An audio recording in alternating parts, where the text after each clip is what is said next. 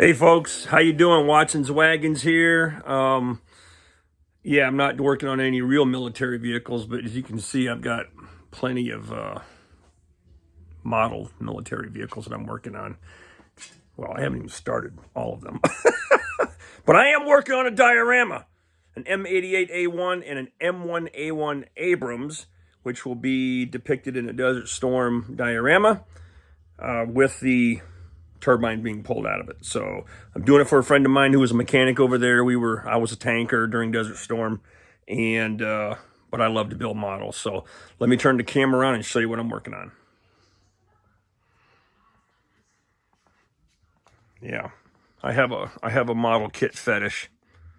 Here's the M88 that I almost done with, mimicking Jeff's vehicle.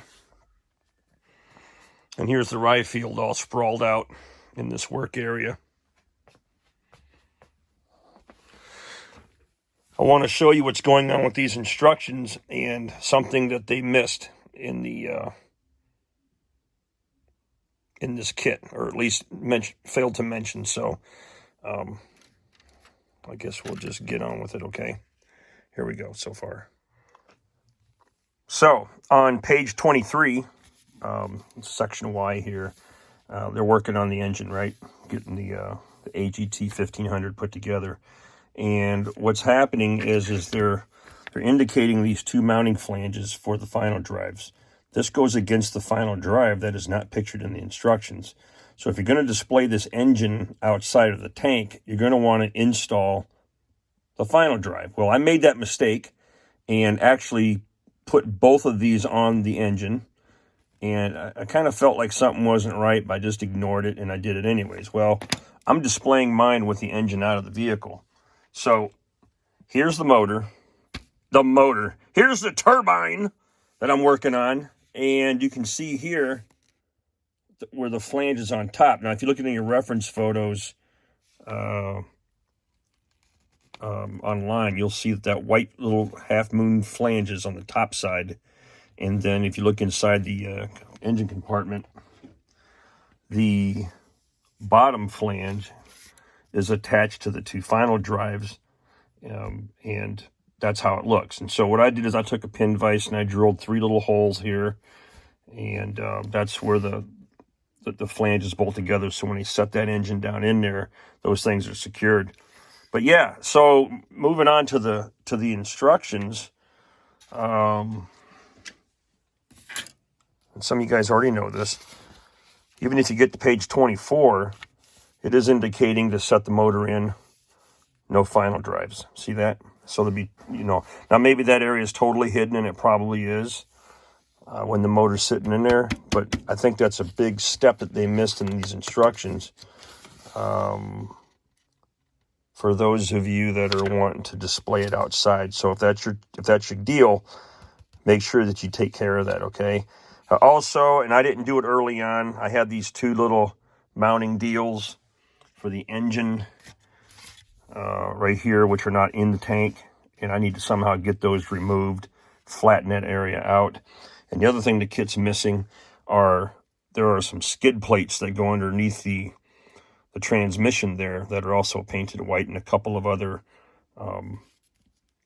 mounting brackets. So I think I'm going to add some of the hoses and cabling to this while I'm at it. I just got tired with it, and so I just moved on.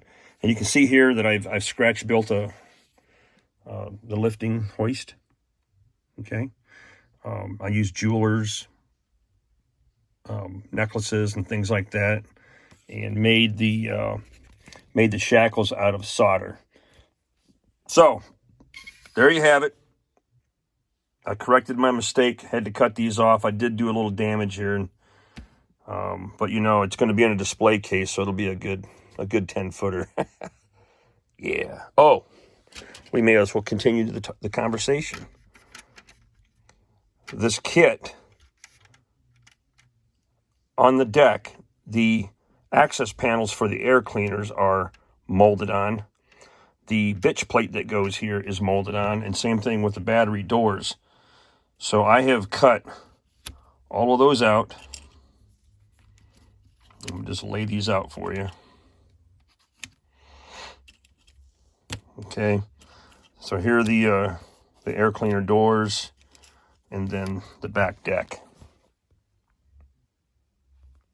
So that was a little frustrating, but I got it done. Trying to get as accurate as possible. And why am I doing all that? Because it's part of a diorama that I'm doing for a friend of mine with the M88 that he had when he was in Desert Storm. So, yeah. A couple more things to do on this. Have some name plates and some vehicle numbers to put on there. Things like that, but got to get it done, folks. Got to get it done by September. So I'm running out of time. And you guys didn't think I built models. Killing me.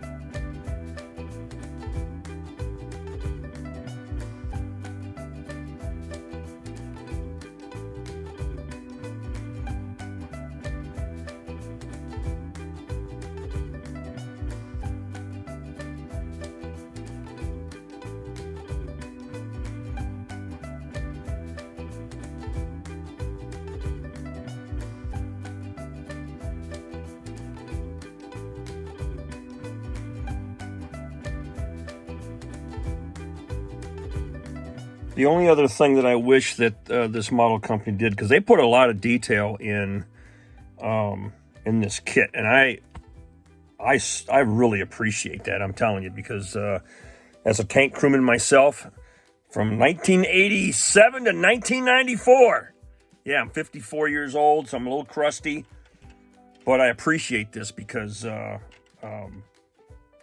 just love it because I lived it. But if you're going to put that much detail into a kit, you should go all the way. For instance, it would have been nice to have these panels, like the bitch plate and the air cleaner doors, already on the sprue as a separate piece. But the other thing is, when you pull this back deck on the tank, those vented plates, they're open. They're in the open position and flipped up on the deck, because you have to access those things first, get them open. You get a couple things removed, the bitch plate comes off, the doors, all the battery compartment doors, the air cleaner doors, whatever, and then this bad boy gets hoisted off. So, if you're gonna throw the detail on this side, it would have been nice to have the vented stuff all the way through. That's really my only complaints about the kit. And again, don't hear me complaining about the company, but as a model builder, it would be nice. And there's probably some aftermarket stuff out there, but I don't know. I may just display it with the doors down, but that's not going to be accurate. You can ask any tanker that lived on these things. They'll be the ones that'll chew my ass. So that's it. I hope that's a little bit helpful for some of you guys that are working on this thing. Take it easy. Thanks for watching. And, I'll post more pictures later on. But I thought maybe I'll just talk you through what I did. Thanks for watching. Bye.